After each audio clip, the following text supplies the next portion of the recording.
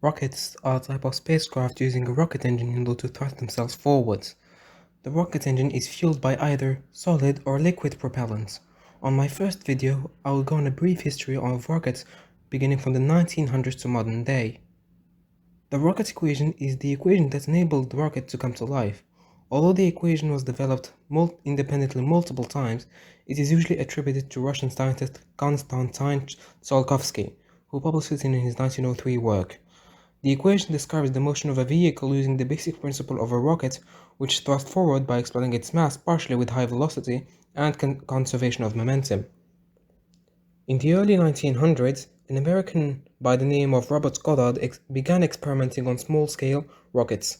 While experimenting with solid fuel, he thought that liquid fuel might be more efficient and started experimenting the use of liquid fuel. In the course of his experiment, he was the first to shoot a liquid-fueled rocket faster than the speed of sound.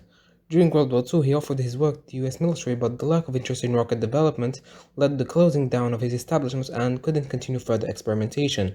He then died of third cancer in 1945.